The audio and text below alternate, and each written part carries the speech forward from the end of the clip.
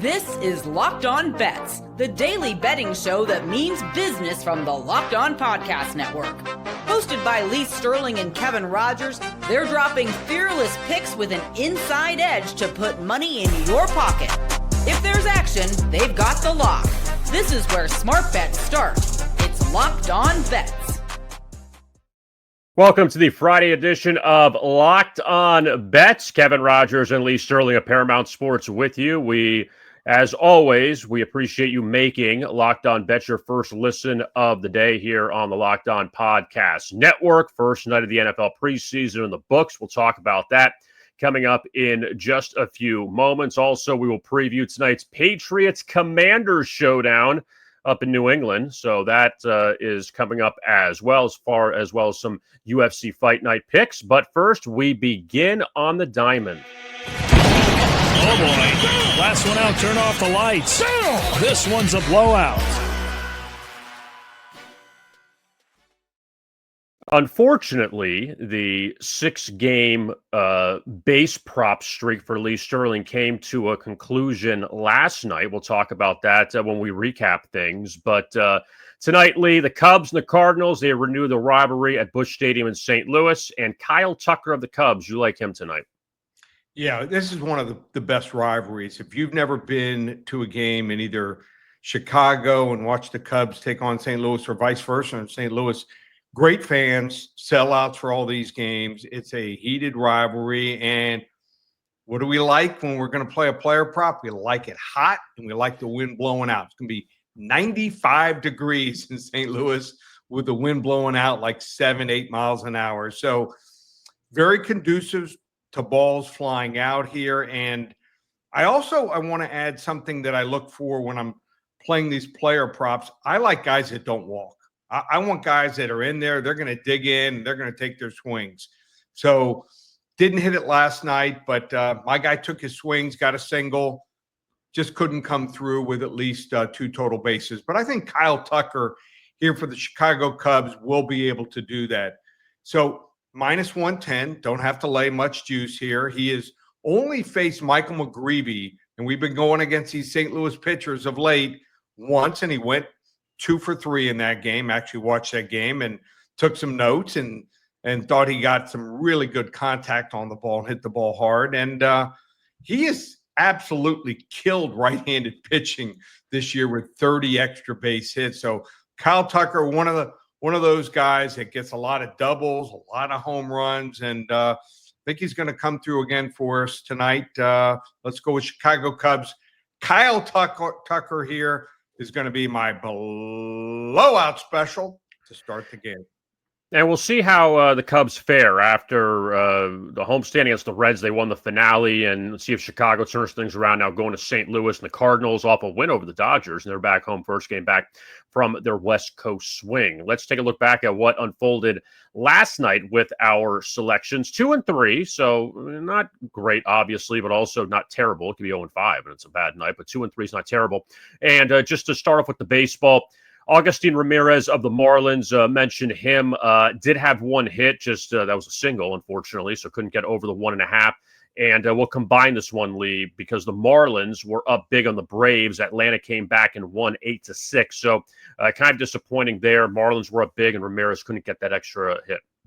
I wish it was one of those 5-6 inning games. We would have won it. I mean, to blow a 6-2 lead, which they had not blown many leads this year, was very frustrating. So usually when you got the Braves down, I mean, you step on them, the game's over.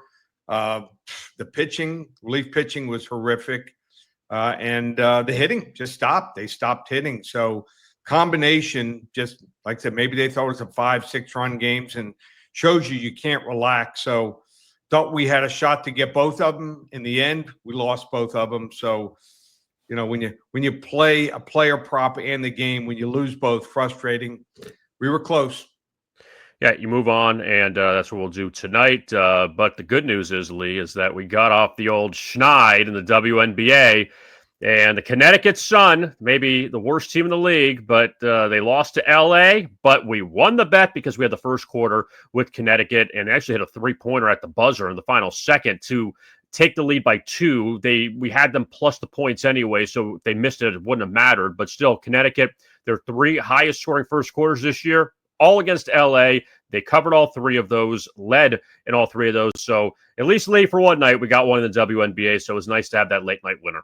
Yeah, and so many times you would lose. When you would lose these player props, you would lose and they'd end up winning the game. So finally it works in our way and all is good. Now, as far as the NFL from last night, 3 games in the league, and we'll start with the Ravens. And you hit that. Ravens inexplicably were a home underdog. And the story is that John Harbaugh went the longest time. The Ravens had this incredible streak in the preseason. They always covered. They won. And then they kind of stumbled a bit last year, so that streak kind of went away. But now they're getting nearly a touchdown at home against the Colts, who have a quarterback. I don't want to call it controversy, but battle more so with Anthony Richardson and Daniel Jones. Richardson gets drilled. He leaves the game with a finger injury. The Ravens had a special teams touchdown early. It kind of felt like Ravens drove down, scored, got another special teams touchdown, and then you were kind of in good shape at that point. Yeah, well, that's the Ravens. They do the little things, and that's why they're a consistent playoff contender, and Indianapolis is not. So they stress that from the first meeting on. If you want to make the team, you're a young kid, you got to play special teams. And they've got some guys there that come down and cover kicks, and also they block for their returners. So very important. I've had a kicker for many years in Tucker, who's won them a lot of games. So it's a third of the game, and a lot of people don't handicap that in. So impressed with what they did. And Indianapolis is Indianapolis. They're going to continue to have problems. I'd call it you'd call it a controversy. I'd call it a problem. I never thought that Richardson was the guy. Maybe if he had the right coach, he could develop, but they just don't have that system in place here. So it's going to be tough for Indianapolis to make the playoffs this year, and their weaknesses showed in that game alone. And you saw the play. I watched it live, him just getting crushed, and you say, well, I mean, the offensive line's got to help him out a little bit there. It's not like he was scrambling and he gets hurt. Like, he's standing back there and it's almost like he's like a dummy standing back there. He just gets tackled. And, he ends up leaving the game with a finger injury. So we'll see how that affects him. And if Daniel Jones ends up being the starter in week 1. Yep. That's what it could end up. We could end up happening. And I don't think he's the answer. Can he step in for a couple games and maybe you play 4 games, win 1 at the most, if everything goes right, 2. But he's just not a winning quarterback, and they don't have the guys around him. And, obviously a missed assignment. And Anthony Richardson's pocket awareness just wasn't there. You would see one of these top-tier quarterbacks, they would have recognized right away what was happening and either scrambled or thrown the ball away. Not Anthony Richardson. Quickly on the late game of the Raiders and the Seahawks, we had the Raiders last night. Pete Carroll's return to Seattle. The Seahawks jumped out to a big lead. Raiders ended up tying it. The game finished in a tie. But what did you think there? Aiden O'Connell, he had a decent game for the Raiders. We know Geno Smith's going to be the starter when we get to week 1. But still, the Raiders dug themselves a bit of a hole. It's kind of tough to dig out of when you're laying points there on the road.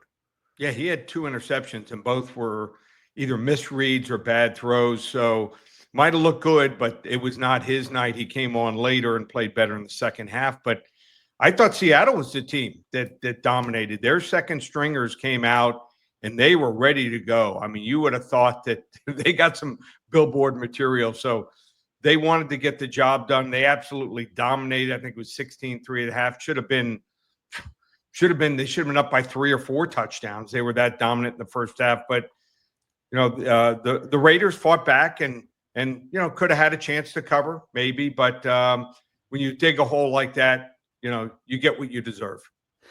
Coming up, we will have a WNBA play for tonight. Let's make that winning streak 2. And also UFC Fight Night. We will have another play there. And the Commanders and the Patriots. We'll break down that matchup Friday night, NFL preseason. All of that is straight ahead right here on Locked On Bets. I want to tell you now about FanDuel, and you know what time it is. It's that time of year. Summer sports are in full swing, whether you're about baseball under the lights, golf on the green, or high-stakes soccer action. FanDuel is the best way to make every game even more exciting. You're already following the action, so why not make it a little more thrilling? With FanDuel, you can get in on the game while your friends are getting sunburned at the beach. And you know what time it is? It's NFL time. Preseason games tonight, Saturday, Sunday, the next 2 weeks, and then week 1 of the NFL, week 0 of college football. All of that is ahead, and you can get in now, grab some great line value before the preseason ends over at FanDuel. And also you can bet on the futures as well. Super Bowl, College Football National Championship, Heisman Trophy, even the NBA Championship, the Stanley Cup Final, the World Series, all of that. You can find it at FanDuel. If you're new to FanDuel, new customers can bet just $5, get $150 in bonus bets if your first bet wins. Open the FanDuel app today or visit FanDuel.com to get started. We roll on here on Locked On Bets here on this Friday. Kevin Rogers and Lee Sterling of Paramount Sports. And we came off a win last night in the W, so why not do it again? To find a diamond in the rough, you need to dig a little deeper for those hidden gems. All right, Lee, let's get this thing going. The Mystics and the Lynx up in Minnesota. Now, we did fade Minnesota a few nights ago in Seattle, and the Storm were up 5 with 2.5 minutes to go in the first quarter, and the Lynx ended up taking the lead at the end. But Minnesota back at home. Washington, we're going to take them +3 in the first quarter against Minnesota. Now, I want to give you this number, Lee. You'll be blown away, I'm sure. So the Mystics as a road favorite this year, they are 1-4 straight up and against the spread, and they've averaged 11.4 points a game, and they just got blown out by Chicago a few nights ago. But as a road underdog in the first quarter, 8-1 against the spread. And one of those wins came against Minnesota earlier in the season. And this Mystics team, they traded away their point guard, Brittany Sykes, to Seattle. Is kind of big news earlier in the week. And that day, the Mystics ended up losing to the Sky. They played awful. But as the road underdog, they have played well early. Also, Minnesota now back from this road trip after the 50-plus point blowout against Las Vegas, winning at Seattle. They're without their top player, Nafisia Collier, who's sidelined with an ankle injury. I think now Minnesota back at home, 3-5 ATS, their last 8 in the first quarter. They trailed 4 times in the span. We're going to go with the Mystics to get off to a good start here. We'll take them +3 against the Lynx in the first quarter. Okay. All they need to do is keep it close or somehow lead in the first quarter. We don't care what happens after that. Yeah. Hopefully nothing gets thrown in the court, and we'll be all set to go. So that's my hidden gem. All right. It is time now for our first lock of the day. Open it, open it, open it. Lee has the key to the lock of the day.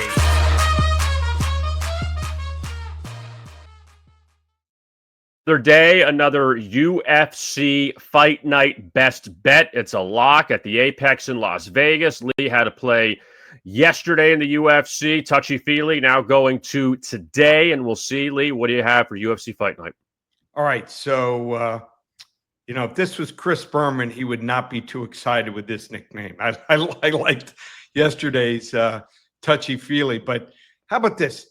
Anthony Fluffy Hernandez. I would not want to be walking around and people calling me Fluffy. So I don't know how he got the nickname. Not sure what it means. Not a fan of it, but I'm a fan of his fighting. He's going to be taking on Roman the Caucasian, another not great nickname, Roman the Caucasian Dolidze. So Hernandez, Fluffy Hernandez, is younger, 31 years old. He has a 14-2 record, and Dolidze, a little bit older, 37, still fighting pretty well, 15-3 overall. Both of them ended up with a win over the same opponent, Marvin Vettori, in the last 2 years. So you're thinking these two guys are similar. Looking at Fluffy Hernandez, and the reason I like him here is he can beat pretty much any type of fighter. He finished Mikel Pereira, Roman Kopylov, and Edmund Shabazian. And he also decisioned a really tough Brendan Allen, who is a pretty good grappler. And that's similar to Dolidze. Dolidze is a very good grappler. I think this fight's going to come down here to cardio. It's not a 3-rounder. It's a main event.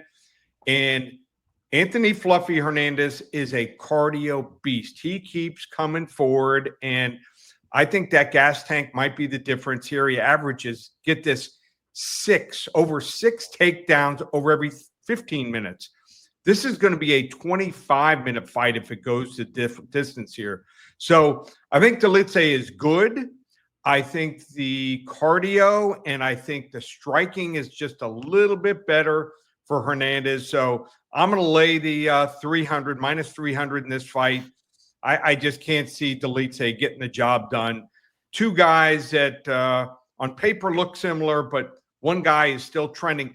Hernandez right now is in his early 30s, really just starting to find himself the last 2 or 3 fights. So he might be fighting for a title in the next year in the middleweight division. So I'm going to go with a level 1 lock here with Anthony Fluffy Hernandez over Roman, the Caucasian Delice.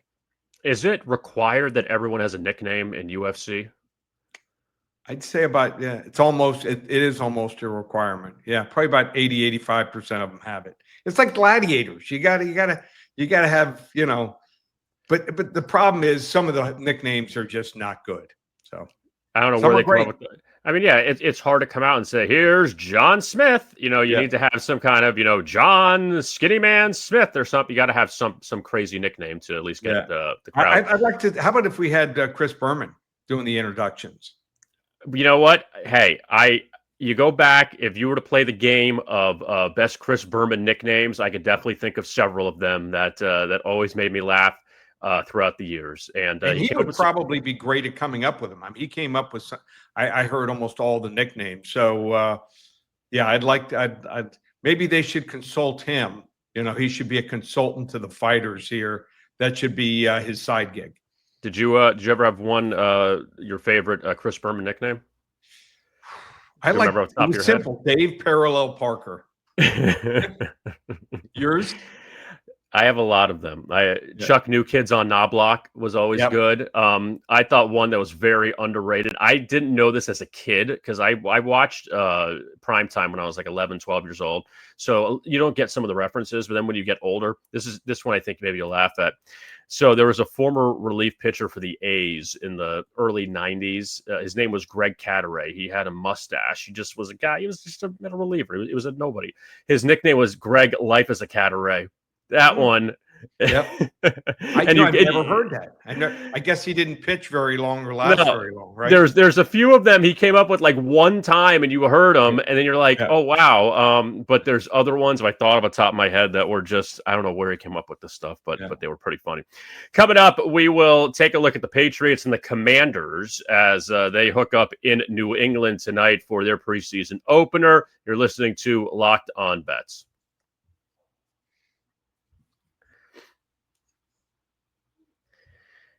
We continue Locked On Bets here on the Locked On Podcast Network. Kevin Rogers and Lee Sterling of Paramount Sports, and 3 preseason games in the books from last night, a heavy schedule on Saturday. But tonight we do have the Commanders and the Patriots at Gillette Stadium for our second lock. Open it, open it, open it! Lee has the key to the lock of the day.